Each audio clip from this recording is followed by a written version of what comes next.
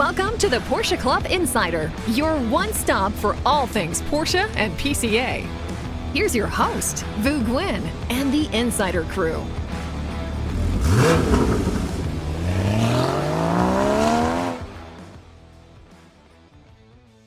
Welcome, everyone. We are in Oklahoma City at the 2025 Porsche Parade. This is episode 175.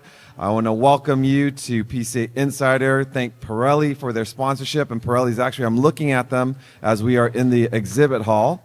I want to thank all of you for listening. If you aren't currently a PCA member, own a Porsche. What are you waiting for? Grab that VIN. Make sure you make yourself a PCA member. You can enjoy all the things that we do, much like being here at Porsche Parade. And for those of you that don't currently own a Porsche, we have the test drive program. Just head over to pca.org and get yourself set up. Today at the table, we have to my right, Manny, which needs no introduction. We also have Nathan Merz from Columbia Valley Luxury Cars. And of course, Damon's at the controls to the left of me. Welcome, gentlemen, and welcome. We have an audience today as well. It sounds like it's only 15 people, but it's a lot more. It sounds like a lot. It sounds like there's hundreds of people here. I counted 16. And we're doing this at the end of the day. It's been a long day. They've sat through numerous seminars. They're not asleep. They're still here, and this wasn't even planned to have an audience, and they stuck around. We started at 6 in the morning, Damon and I. Damon stayed until, what time did you stay here, Damon? Till 12:30 a.m. Yeah, 12:30 a.m., making sure all the wiring, because we can only move in here at a certain time. Everything's very condensed at Parade, and it's you find these time slots where you're allowed to move in and whatnot. So it's been a very long day for us. But we did tech tactics here for those listening. We spent almost 7 hours back to back of doing presentations of different tech, and hard to believe that it was this morning where Alex Fabig and Grant Larson were giving their presentations. And here we are on the Wednesday of Porsche Parade, which is kind of at the peak, and we're in Oklahoma City. I told everyone how wonderful this city is, and I don't know if you've all been here before. Manny, I'm not sure if you've been here before. Nathan, Nope. Have you been here before? What are your thoughts on the city? You know, I actually have to say I gave a huge shout out in my presentation to the people of Oklahoma City. So if we have any Oklahoma people in the audience, thank you so much. The hospitality in the city has been amazing. And I think that I'm going to denigrate my West Coasters a little bit. A lot of my West Coast friends said, oh, my God, going to Oklahoma in July, why would you do that? And I'm here to tell you, Susie and I have had a great time here. The hospitality has been wonderful. They have a wonderful downtown. The Scissortail Park across the street, if you haven't been, is absolutely spectacular. I would definitely come back to Oklahoma City. I'm very thrilled. Yeah, I think when people hear downtown, especially East Coast, you're thinking maybe Baltimore City, which is where I'm from, downtown Washington D.C., and you're thinking, do I really want to bring my Porsche into there and whatnot? But this is almost like a small town downtown, even though it's a large downtown. It's very clean. We were blown away as we went to Walmart and got our supplies. We started noticing there was no trash that we could see. Very clean, very safe. You can walk around the city. And the food, I've eaten more chicken fried steak this past 7 days than I have in the past 5 years. Oh, well, man. Manny, I can tell. That is not a good thing. That is not something to brag about, sitting next to your buddy here that has a stint. But that means you're fresh to go. You can start all over again. You really can't have a bad meal here, but again, the hospitality of all the folks, the hotel, we're at the Omni. This hotel has been choice. It's kind of nice to be at a parade where everything is centralized. Sometimes you just don't have a choice, but when it is centralized, you have your exhibit hall, you have your presentations, we have the beautiful museum to the left of me. Right in front of us, we have the parade store. It's just cool and easy to get around. Yeah, I mean, the coolest thing actually for me, I came in a little bit early on that Friday night, which was July 3rd, and unbeknownst to me, they were celebrating 4th of July the night before. The city put on a giant fireworks display in Scissortail Park, and there's an enormous pool deck overlooking the park, so I sat poolside, had a beer, and watched the fireworks, and it was really a cool spot. The most common comment I got when I said to folks about us coming to Oklahoma City, they were worried about the heat. But coming from Maryland, I don't know that the heat was any worse here than it was at home. And in fact, the evening of the welcome party, which was Sunday, I think it was cooler here than it was in Maryland. I think my only complaint is that there was no direct flights From Baltimore. from a lot of places. Well, from D.C., I think they took I direct think the flights. last time anything direct was during the Oklahoma land rush. Now the question, But man, is everything else why was would you need a connected. flight when you're supposed to be driving your Porsche? Exactly, Nathan. Why I mean- would I need a flight? I mean, come on now. Yes, Because we shipped 18 pallets out. Well, not only that. Be committed, Manny. We would love to have our cars here, but as you know, we are here behind the scenes, kind of managing the event. And as much fun as we think it would be to have our car here, that would just be another thing we would be worried about, especially if we were entered in the Concours or the autocross. Last night, I didn't go to bed till 2:30, and I was up at 4:30. So, I don't even have my car with me. So if I had my car with me, I literally wouldn't be able to sleep. So to answer the question why we don't bring a car, we tried something different a few years back, and they had to institute the Nathan Merz rule. Yeah, because of you. So it was in Boca Raton Parade. Nathan had the idea of renting a Boxster from Hertz, a Porsche from Hertz. I remember I arrived and Boo said, "Oh, by the way, after the welcome party, you got to meet us in the garage. We're going to prep Nathan's car." I'm like, "Okay." And he goes, "Oh, he got a rental car." I'm like, "What?" He goes, "Yes, he got a rental car from one of the rental car agencies." I said, "It's a Porsche?" He says, "Yeah, it's a Porsche." So we get out there. Now, mind you, this garage, or this was nothing like the prep area we have here. I think there was 2 light bulbs, 60 watts each. We were in this parking garage, and it was about 8, 10 of us that were recruited? It was a dimly lit garage, and we were gonna go. We were serious. We're like, we got to take the wheels off this thing, and we're gonna go cleaning. I see Connor sitting there. The folks at Griot's Garage gave us anything that we needed to clean. But this was a rental car, a fairly new rental car, but it was still dirty.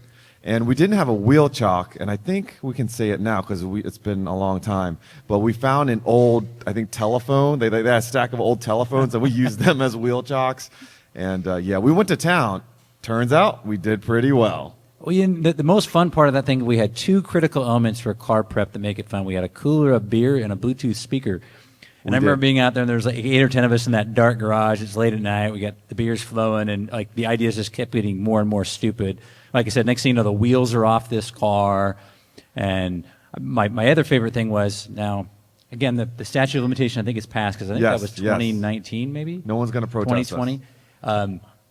The one flaw in the car, there was a wow in the front bumper cover. And I kept thinking, if I'm going to go down and buy a heat gun, and maybe I can sort of work some heat in this bumper and get this dent out.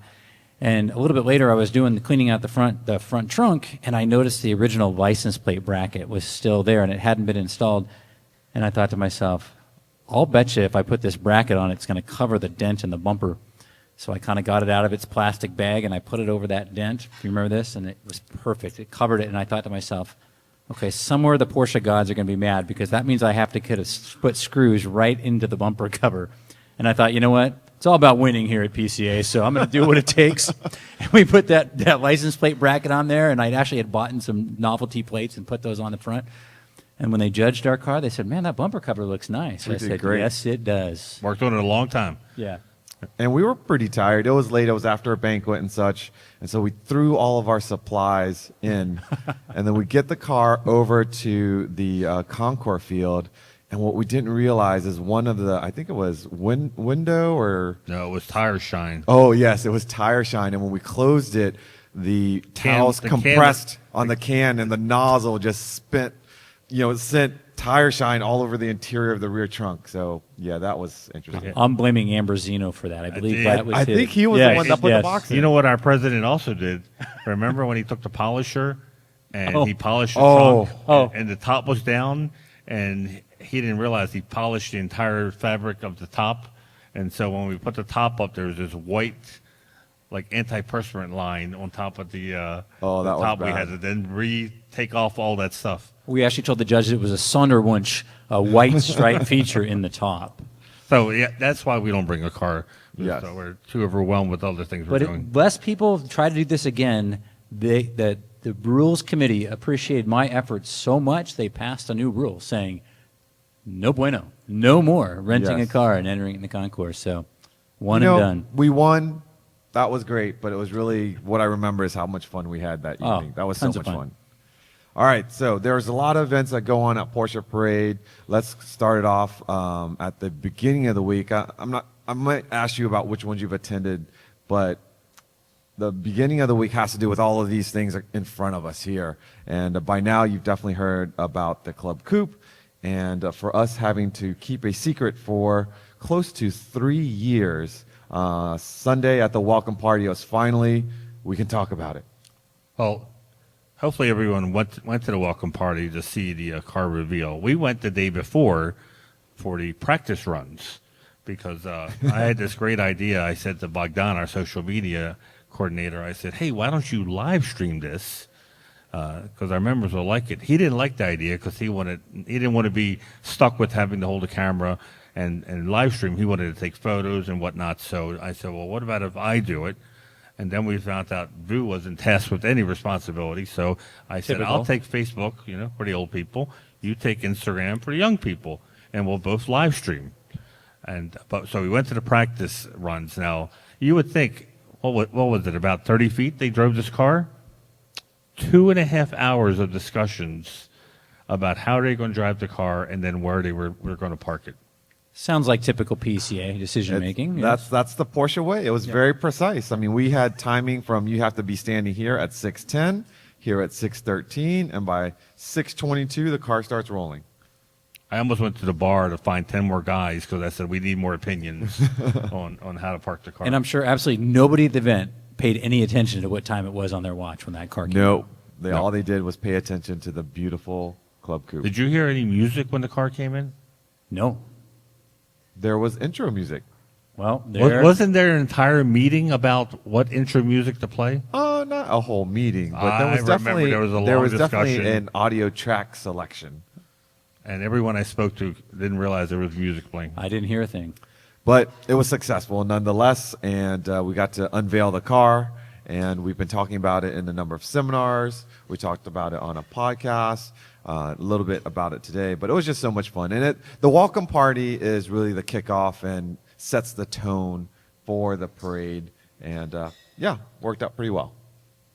So after that, we get into Monday, which is Concours de Elegance, and I had to bring a few cars here into the exhibit hall. So I was loading cars in the loading dock. You guys got to see the Concours.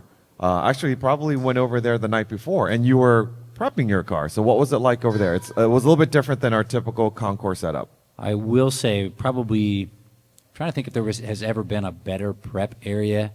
This rivaled the Poconos, although the Poconos was only good if you got there early. Some of us got to prep inside, others had to prep in the parking lot. This one, there was adequate space for everyone, and it was air conditioned. So you guys said the weather here was fine compared to home. Compared to home, we don't have humidity, so this guy here sweats like a pig in humidity. It was not going to be a good time to be prepping a car.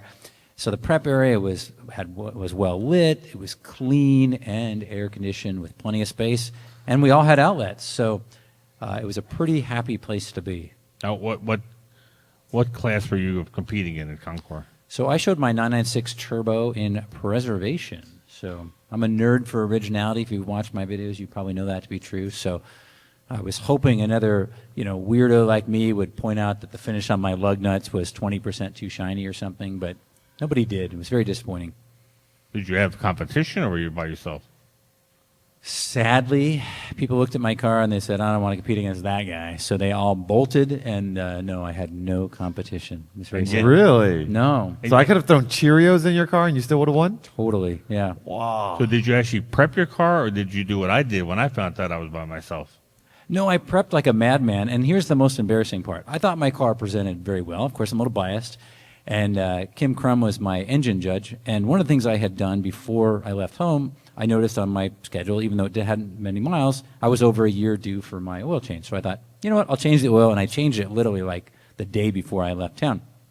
And I prepped my engine compartment. I spent all these days cleaning everything. And he's looking at my engine. He's like, your engine's spotless. He goes, but I have to ask, is that your fingerprint on the oil cap? And sure enough, clear as day, right on that yellow oil cap is a dead ringer for my fingerprint. Good thing I'm not a criminal. They could just lift it off the car. And, clear as day. And he says, well, maybe if you take the cap off and turn it, I won't be able to see it. I said, no, just take the points off. So I was a little disappointed in my, obviously, lack of a vision on that one. I think the last time I really seriously Concoured was at St. Charles, which was also indoor, and I ended up having to prep my car in the middle of the night, and I was driving. I had driven my family across to Chicago, Illinois, or St. Charles with my family, so literally moments before was Cheerios and French fries. So I'm cleaning, I'm taking the wheels and tires, all that off. No one, not a single person told me I was the only one in my class. I was up till 3 in the morning just cleaning. However, I'm very proud because I also had, not only did I win my class, but I got high points. So that sort of made it worthwhile. Absolutely. There's a little personal pride in this. You know, you don't want to show a bad job. Manny doesn't care. Manny just says, well, no one's in my class. They told me you're the only one in your class. And I said, well, what about division? And she looked and she goes, oh, you're the only one in your division. And at that point, I said, I am done prepping. And whenever anybody asked if I had a car in a Concours, as I walked around just socializing and schmoozing, I said I went to the Exxon car wash and I paid for platinum. Yeah. So this is the second year in the row. Okay, I'm not sure how Birmingham's prep area was, but as far as the Concours itself, venue where we weren't on grass. Birmingham was indoors, remember? It was also indoors. We were in Okay, a convention center. Okay, 2 years in a row, you have indoor prep, and then the Concours quote-unquote field is also non-grass covered, and this one was air-conditioned. Last one, it was under the throughway or bypass or something, and also very nicely, not temperature controlled. But see, that Concours wasn't sold well either because they kept on telling us we're doing a Concours under an underpass. Yeah. And, I had visions of Baltimore City. Yeah. And I'm thinking, well, there may be encampments and something, good place to buy drugs. I'm not sure about judging cars. And it was actually a beautiful location for, it was like some artscape type of thing. Oh, yeah. It was like Instagram-y, right? So I guess my question to the both of you is, like, should we switch to that? Or do you want to go back to a golf course and, grass fields and picking out blades of grass out of your tires and in the blazing sun? But I think you have to ask the photographers because I love the air conditioning but I knew the photographers were complaining to me because of the artificial lighting. And it was putting all kinds of reflection on the paint and whatnot. So, I don't think that'll become the standard. Yeah. What I would vote for is outdoor but more urban. I don't think cars photo well on grass. I think the color. Also, it feels a little old and stodgy. I feel like I need to have linen pants on. For the record, I don't own linen pants. They don't look good with flip-flops. And so to me, like somewhere urban, is good. Like where it's, concrete with a little bit, derelict and That was kind of like Birmingham. I mean, it was nice. It was pretty. It wasn't urban as I'm in thinking rough. Baltimore City underpass kind of has a nice ring to it. Come on down. Yeah, I think it would be good. Just watch the wire first. Yeah, it's like a test of the Porsche security system. So I didn't get to hang around the Concours too much. There was a few cars that I truly enjoyed. Did you have some favorites? The cars that I really, really like are cars that it's the story. So, Alice, I think her last name's Van Ryan. I helped her with just some ideas on her 97 993 that, she's the original owner on. And she was just so excited about the car. That was really, really fun. Worked with another couple that it was their very first kind of official PCA event. They hadn't even gone to a regional event. Their first event is a parade? Yeah. I mean, I was like, Wow. well, are you involved in your region? They said, no, we just saw this. We had recently joined. This looked fun. And I was like, wow, talk about diving into the deep end of the pool. Wow. And so it was really fun. I helped them on, they really didn't even know what Concours was. Luckily, they just were kind of tidy people. So the car was very tidy. And I said, okay, let me just help you with a few basic ideas. And it was really fun. And they were so appreciative.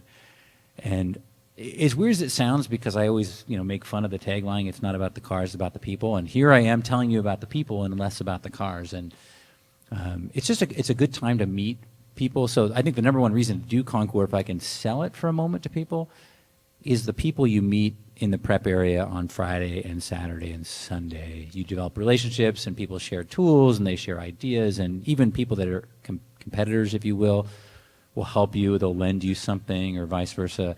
And I think that kind of just demonstrates what the club's about. Did this couple win? They didn't win, but they did well. I think they got second place out of a field of like 5 cars, which for someone who's never done it before, it's kind of a... Because there's people that spend a lifetime trying to win, and I thought it'd be... Yeah. And they actually had Pretty cool to competition, have unlike someone- you and I, who just show up with cars that no one to compete against. So, Manny, you did the, I think we call it the FOMO tour video that was recently released. Did that video capture all the cars you were? Yeah, I want to thank PCA for sticking me with Chris Jacobs. What do you mean? Because I feel like a troll. The guy's like 6'4", good looking, and he has hair. You're the other host. I told Damon, if you can blur me out while we're talking, I would appreciate it. That's funny. There was a lot of cool cars, I thought. And funny enough, I picked the car that Hans Peter would pick for the honorary judges. Huh. It was a silver 52. Oh, yeah. And I said, I guarantee he will beeline to this car and fall in love with it, which when they announced the winners for honorary judges, they picked that car. It was a beautiful car. What I loved about the car is that Porsche was less than 24 months into mass-producing cars. So you think about how young of a company they were when that car came out, and if you look at the gaps and whatnot, it was incredible that they were building a car. And then you factor in post-war Germany, and they're still recovering from losing the war and whatnot, and they were building these beautiful examples of cars. That car really stood out. The 906, of course. Not often that we get the prototypes from the 60s show up to Concours, so that was a instant winner. I love the Racers Group, the 2003, was it? 2004? RSR that won the 24 hours of Daytona. Because I was there at that race when it won, and that car wasn't supposed to win because it was a GT car, but it was the first year of the Daytona prototypes, and evidently they weren't proven, and all these prototypes, which are much faster and lighter, turn out to be not as fast and certainly not as reliable as the GT cars. And a Viper ECR was actually leading the GT cars, and I believe it ran into mechanical problems. And so Kevin Buckler's RSR passed it with a few hours ago. And I still remember the pass happened right in front of the PCA corral, and everyone went crazy when they realized that there was a chance that Porsche, who wasn't competing overall, could win. So that car always has a special place in my heart for memories. The other one, you mentioned this 52. I wish Michael Tam were still in the room and he could hear this, but maybe he'll listen. The thing I loved about that 52 is the dark blue navy corduroy interior. Yes. Oh, can we please get a corduroy cloth interior on a new Porsche? I would order that. I might be the only person. No, it's but gorgeous. The contrast on that car, the silver exterior and that navy corduroy, I was to die for. Epic car. And the 914, there was 2 914s. Yeah, preservation cars. Preservation, but the red one that wins overall, second time that car's won overall. Yeah, that car was fantastic. And I remember walking over, and the owner, she literally had a Q-tip. She said, "I found some more dirt." You know where she was sticking that Q-tip? At the top shock tower, the rubber around, and she went around, and she's like, I keep finding stuff, and sure enough, she found, I guess, all of it, because they took top honors. What also was really cool was right outside, I guess, it was the front of the building. We came in for the back part, was the display of Moonstone cars, which was cool in itself, but was really cool, and I had never seen one until Parade, was a Sportomatic 911 SC. I've always read that they were available. Sportomatic was last available as an option with the SCs, early SCs, but I've never seen one. 2 pedals in an SC. Did you take a look at a car? So Justin Roser, the gentleman who owns that car, is a Seattle guy. So I've known Justin for a long time. In fact, I went to check out the very first Moonstone car he ever bought. Oh gosh, 7, 8, 9 years ago in Seattle. And it was kind of what kicked off, ignited his passion for that. And his first one, they actually found in a wrecking yard in California, like it had just been essentially abandoned. But that Targa that he has, one thing when I first looked at the car that caught my attention, there's a couple of very weird things about that car. Of course, being Flieder is the color, lilac, auf Deutsch, or we called it Moonstone, which is kind of a cool name. But The VIN number on that car is VIN 00011, which, if you know anything about Porsche production, means that's the very first 911 SC Targa ever built. And it was built in Florida, and it has a 3-speed Sportomatic. I mean, talk about a weird build, right? So it's always fun to get the oddball cars, just because it's fun, like wondering, like, how did this come to be that they built the very first one and they said, yeah, Dieter, let's build one with its Sportomatic to start, right? I mean, that was the first thing they were going to do in the most obscure color ever. So if you haven't watched that video yet that he just released, really, really well done. Very impressive piece. Did you get a chance to go outside? Because this year we also had a corral. Yes, you know what I missed? I didn't see signage for was the cars. Let me see if I get this right. The cars owned by the people that made PCA. Did I get that right? Yes, and they didn't feature any of yours, Manny. What are they saying? Did you two have cars in there? Evidently, we did not make Nope. PCA, so no, we did not have cars. We didn't make the cut. Yeah. There's a lot of people that have made PCA. Yeah. How could you cover? I mean, that's a lot. I would of argue people. every single member. Now, this is really sounding very PC, but I would argue we all make PCA. You're correct. That's right. You're absolutely correct. In theory, every car outside has made PCA. Yeah. So, sadly, I didn't get a chance to go outside because every time I would get, heading away from my car towards the exit, someone would grab me and say, "Oh, Nathan, can you tell me, this or that?" And I always try to be polite, but deep down, I was thinking, I just want to get outside and see some of these cars, and I never made it. You missed seeing a Porsche Junior tractor. Oh, That had all the patina that you would imagine a tractor that spent 40 years being a tractor has. well, you know what's so funny? This is a funny little segue, but Vu knows this. Susie and I recently bought a new home. In fact, we've invited some people out to come stay with us, and this new home actually gets significant snowfall, so it's going to require that we have some sort of snow plowing apparati, we'll call it. And the current owners of the home had a Kubota tractor, and they offered it to me, and they wanted way too much money. I thought, I'm not going to do that. So I was going to build up like a F-250 with a Dana 60 super front axle and put a Western snowplow on the front. And I was all pumped up about it. And then it came to me, someone said, oh, you should get a Porsche tractor. And I said, what would I do with that? And then the light bulb turned on. Uh-huh. And I thought, I can get a Porsche tractor and do a snowplow on the front. So if anyone out there has a banged up Porsche tractor, I don't want one to show it. I'm going to put a plow on the front of that bad boy and use it to plow snow at my new house. So how should they contact you? That's a darn good question. I'm easy enough to find. Leave it in the comments. Yes. Nathan will reach out There's to you. got to be someone who's plowed snow with their Porsche tractor. I guarantee it. And so after the judging was done and you saw the top cars, did it surprise you? Was there a surprise winner for you, or it kind of everything fell into place properly? A lot of it depended on the class because, certain classes the competition was, fairly light, like mine. But then there were some classes where the competition was insane. So, for example, the new 991, 992 class, I think the highest mileage car in the class had 3,000 miles, and we had some pretty epic cars. And I thought, man, to judge in that category, I think there were 10-plus cars in that category, some really amazing cars.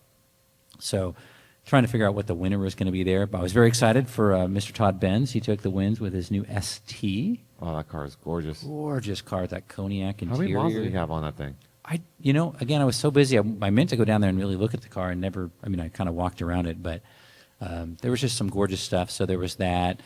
The other cars that I noticed that were, winners that I was surprised at. For example, those two 914s, talk about bad luck. Both those cars would have been winners anywhere. And so I don't envy the judges having to split hairs between those two cars, both incredibly well-preserved, incredibly well-presented cars. We had a really great first-generation Cayenne GTS manual in GTS red. Yep. With the 6-speed. That car, if you want to call yourself sadistic, try to prep a Cayenne, as you know. Well, Unbelievable. I said to the judges, I'm like, there's all new respect for doing a four-door car. Because it feels like you have twice the interior. You got all these seat rails now you got to clean. It's like so much double the effort. Plus, the whole roof. I think the roof has more surface area than my entire 914. Not to mention, like, doing your fenders and all. Everything shows in an SUV. Like in a Porsche sports car, most everything kind of hides in the dark shadows. But in an SUV, everything's on display. And so, man, you have to be on your A game there. Now, I understand that they don't judge chassis anymore.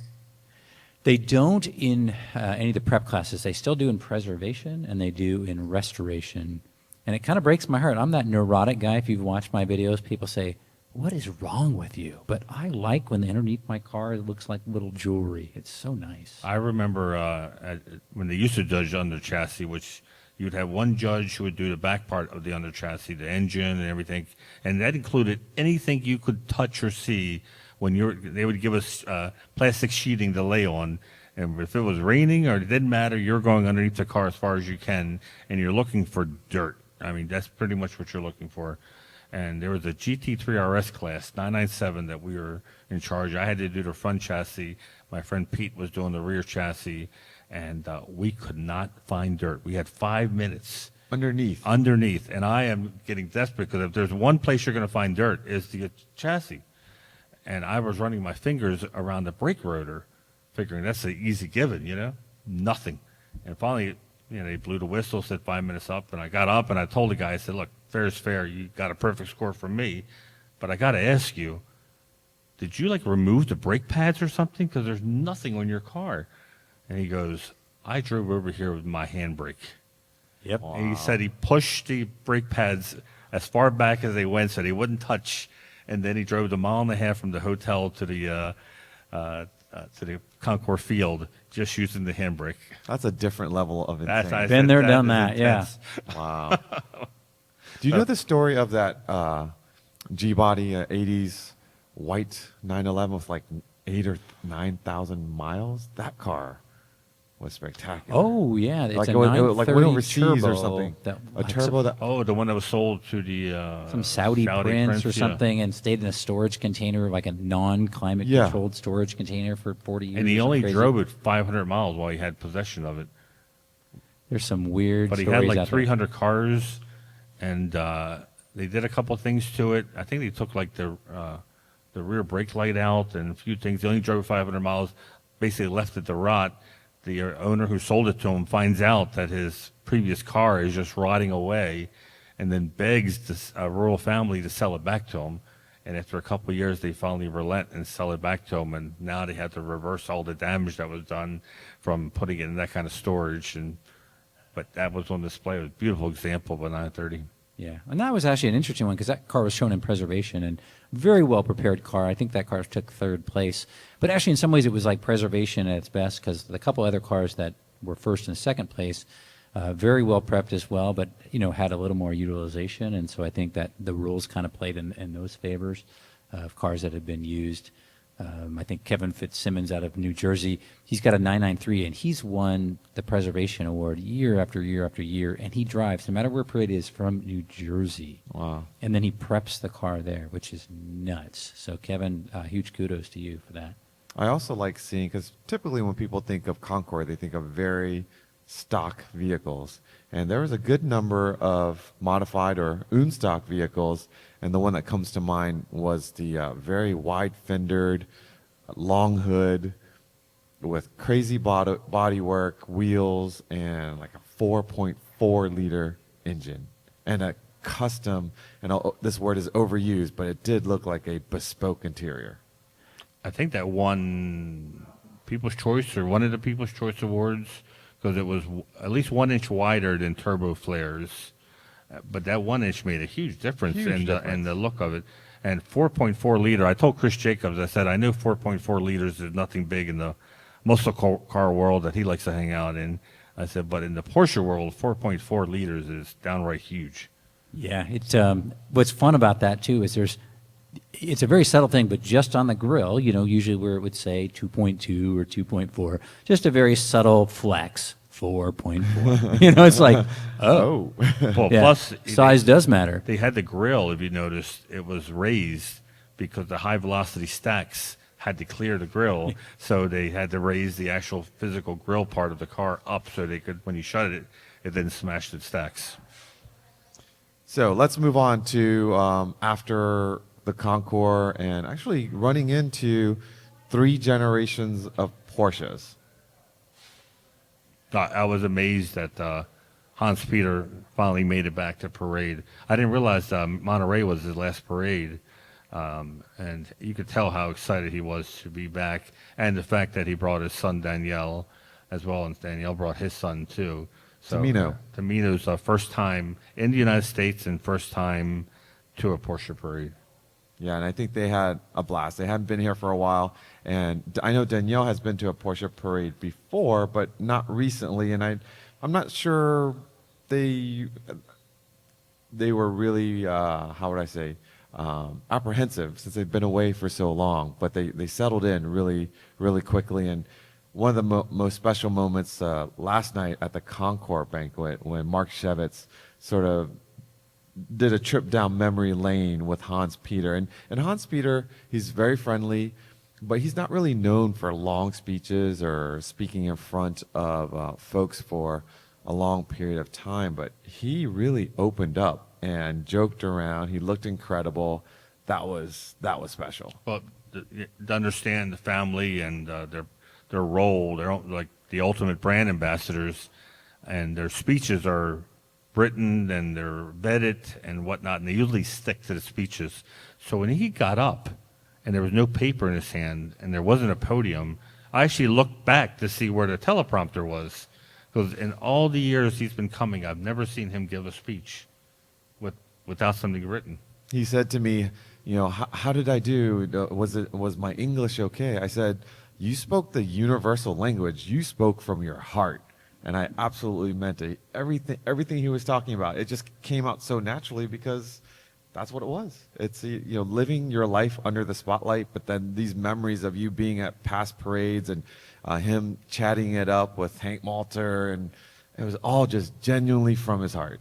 Yeah, one of the cool things about being a president of the club is that you get to spend a lot of time with family members from Porsche and high-level executives, and that's what I cherished most when I was president, was the time I got to spend with the family. And you were with us when we went to his house, and when he was talking about his toy museum, the last time we went, he was telling me that he was going to build a toy museum because he had all these boxes from eBay and from auctions where he bought these toys, and he said he always had to get to the boxes as soon as he got home, because his wife would open them up and let the grandchildren play with them. And he would tell me, he goes, this is a one-of-one 100-year-old carousel, and my grandchildren are there playing with it. And he said, no one should be able to touch it. It has to go into a museum. So to see that he actually built this museum that he always dreamed of so he could display all of his toys was pretty cool. I can only imagine being a Porsche and going to events and all the swag that you could get. And if you kept it all, which I think he kept quite a bit of it, and if you kept it at home, yeah. I think he bordered on klepto. Because remember when we saw his basement? Yep. And he was not shy about picking up centerpieces. Oh, that's funny. And I looked, I had a memory lane of past parades of stuff that he took home with him. So I think there might be a Pirelli ball in his luggage that he took back with him.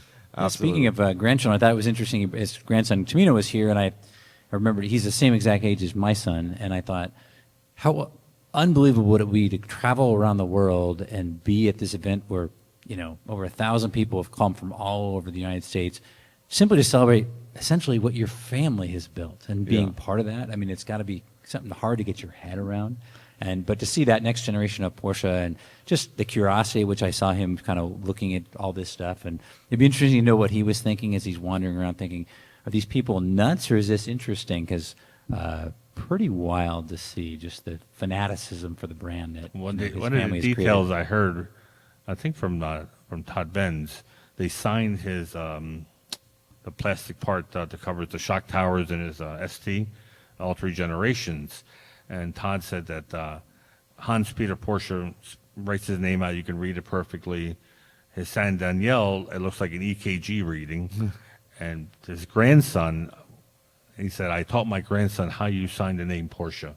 And his grandson is totally legible. You can read his name as well. So it's funny how that one generation didn't follow the protocol. Talk about having brand value in a last name. So, yeah, pretty awesome. He even joked about it. I think someone asked him about what's it like to be driving a car with your name on the back of it all of your life.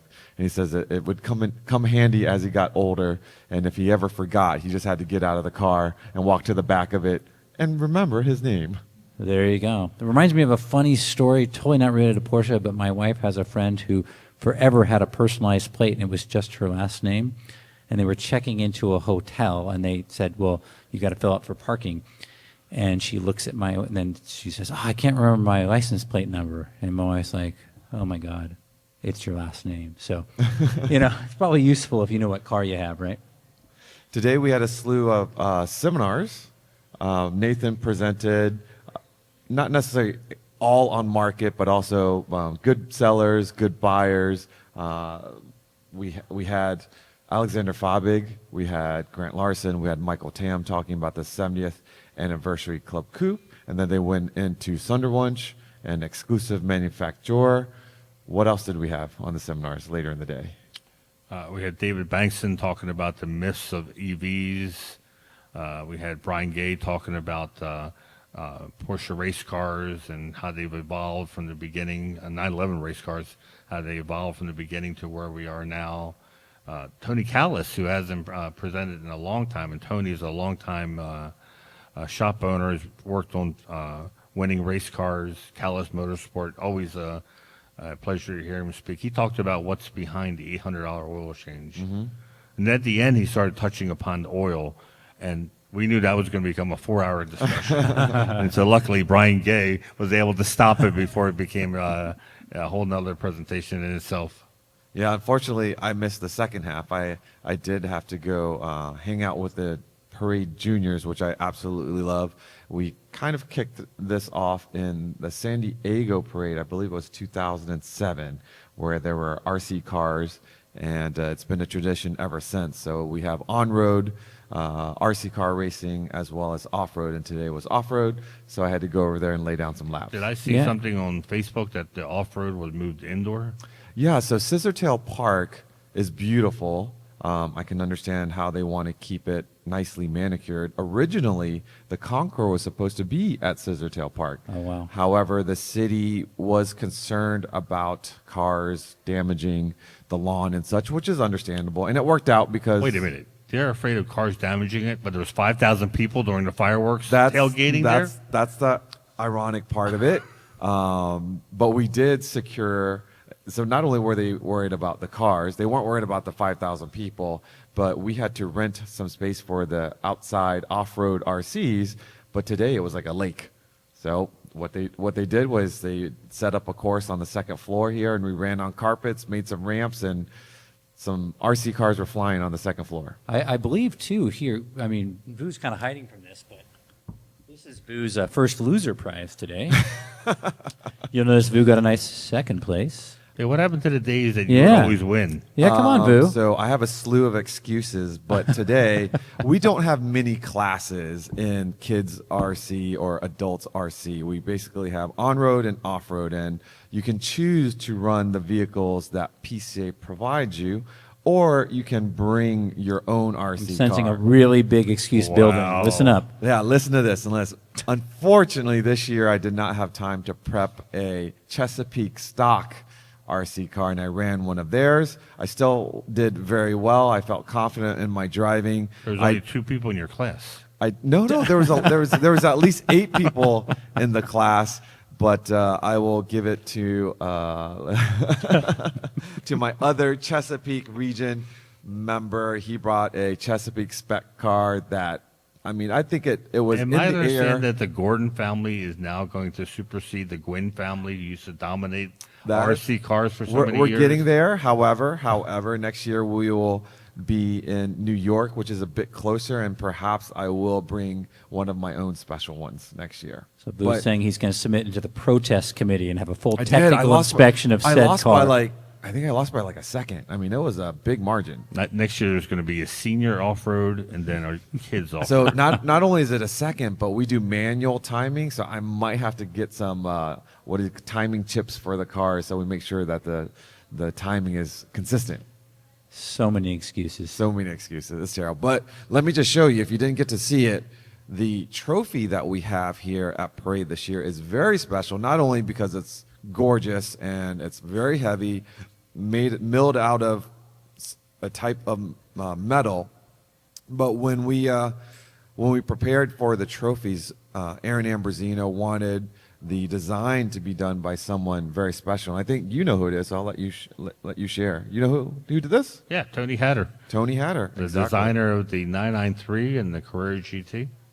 So he spent quite a bit of time with Ron Gordon and Aaron and the model. The trophy production person to, make these beautiful trophies. So second place, but I'm proud of it.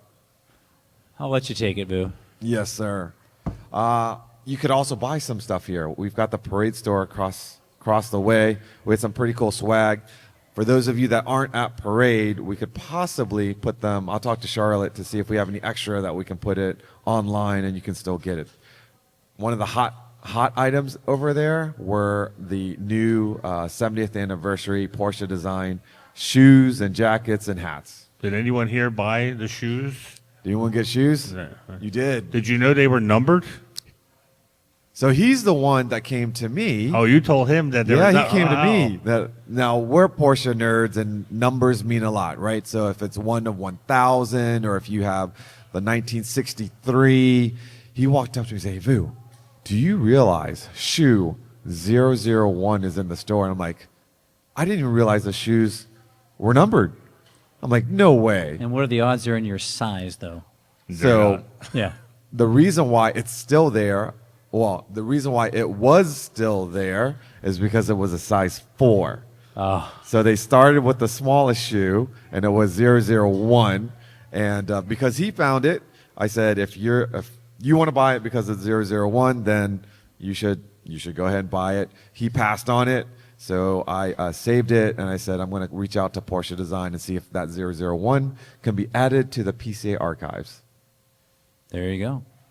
All right, let me do this. I want to make sure I remember to, for those of you that haven't signed up for PCA's newsletters, make sure to head over to PCA.org. We've got performance news, e-brake news, and Mart Fresh news.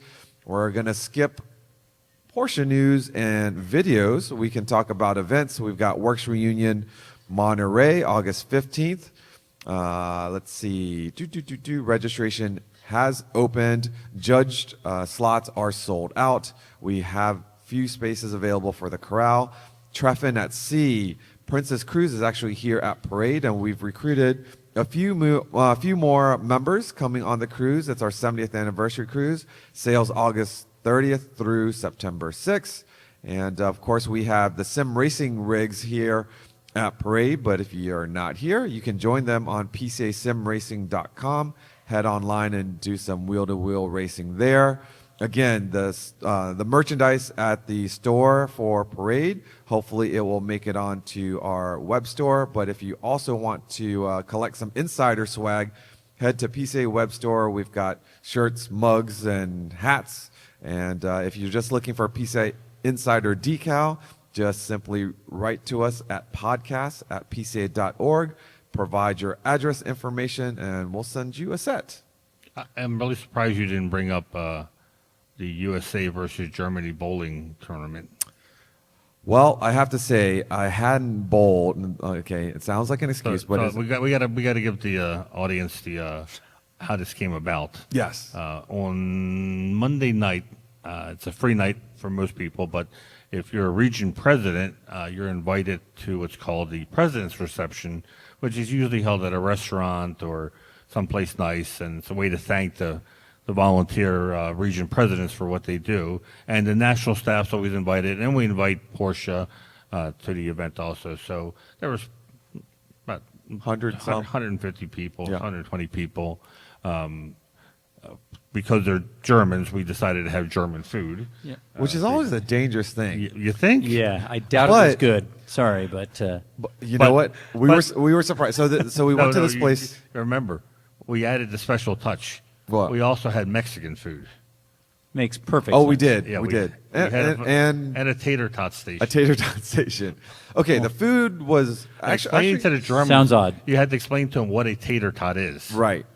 But this place is called the Fassler House. It's not, ritzy or anything like that. In fact, when you walked in, it felt like you walked into the 70s show. And It did. It felt like the basement of the 70s show, and it had bowling lanes. I was afraid to sit in the couch without some Lysol. And but it was very charming. They were super sweet. Everybody in Oklahoma City is sweet, and the food was good. It was not like necessarily specifically themed, but it was good food. But Manny had, of course, there's bowling lanes at the bottom, and the whole intent was for our attendees to enjoy it. But you know how it is. Until someone says, hey, let's go down and bowl, no one was really bowling. So Manny was ready. He had filled his tummy with bratwurst and tater tots, and he wanted to do a U.S. versus... So it was an open bar, so I said to Christian, who, well, I guess Christian's title is the Overseas Club Coordination or Community Christoph. Or no, it wasn't Christoph. Was Christian. it?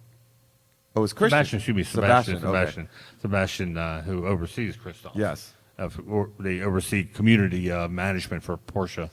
And I told him, I said, are you ready to defend the fatherland? And you must come to, we must bowl. And he played dumb. He said, what's bowling? And I said, you roll a ball and you try to hit. I said, it's really easy. You'll learn really easy. I said, let's go down. So we go down, we rent the shoes, and along the way, we recruit more people. So he's recruiting all the other Germans to come down, too. And here I am thinking we're going to show them how America does what America does best, bowl. I hope that's really not what we do best, but okay. Well, we did not do well enough to beat the Germans. They lie. Because they must take bowling in college there. I'm sure. First two balls he rolled, strikes. Yeah, I don't think any of them were less than 100. One of them bowled like a 153. My highest was like a 127. I was doing a 48. And these are 10 pins. But I almost used that little apparatus that you put the ball in and it rolls it for you. Manny's not even telling you he put the bumpers down. Oh, my gosh. Yeah, there were definitely some gutter balls there. But at the end of the day, it was a lot of fun. They did get into it. They had a blast. They had a blast, and yeah, it was a fun time. The only disappointment of the evening was when they got done, I challenged them to another contest, and that was to ride the bull. Oh. Because there was an electronic, a mechanical bull next door. And they were all set to go ride the mechanical bull, and the place closed early. Honestly, I was very happy to walk over and see that it was dark in that bar. It was a Monday night, and we were in Oklahoma City. I'm like, what are the odds this mechanical bull is open on Monday night? But I didn't, I gave in to peer pressure. I said, yeah, I'll ride it. Let's go. Let's do. And as I walk over and I see it closed, I'm like, thank goodness. Let's go back to the hotel and go to bed. The hilarious part, I had this vision like 5 years from now, I'll be on my typical visit to Stuttgart, and I'm going to look over, I'm going to see a place that says, Der Oklahoma Bowlerama.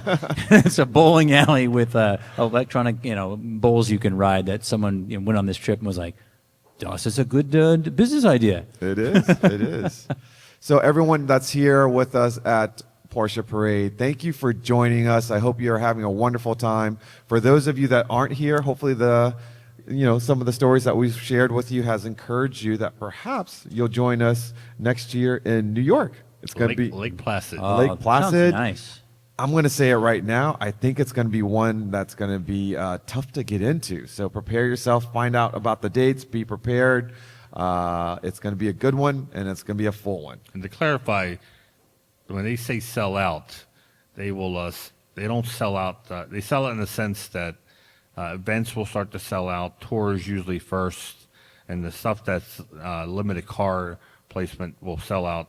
Hotels may start to sell out, the ones that are official parade hotels. But if you can find your own hotel, if you don't have to do certain events, you can come out and hang out really all week, right? It's, and this is our second time at Lake Placid, correct? 94 we went. It was the last time we were there. All right. So, folks, have a great rest of your parade. For those listening, thank you for listening. Be sure to like, comment, and subscribe. Consider sharing our show with fellow Porsche enthusiasts. Nathan, thank you so much. Always great to see you. Thanks for having me. And I want to make sure you get home nice and safe. And I will be driving across the good old USA. Now, Nathan and I have to go find how many cars? 3 cars? 4 cars? For what? For tomorrow's What's My Porsche? Oh, that's right. So if anyone in the audience has a car they want me to evaluate, this would be a lot of fun. You won't embarrass the car, right? Oh, I absolutely will. Yes, I will. So, no, we'll be very, very kind. We'll only say nice things. So if you have a car you want us to talk about, come find us. You get to ride the freight elevator to the top floor. That alone would be worth it. You have to say your car got to ride in an elevator, I think would be pretty cool. Ooh. All right. Well, until next time, stay safe, and we'll catch you down the road.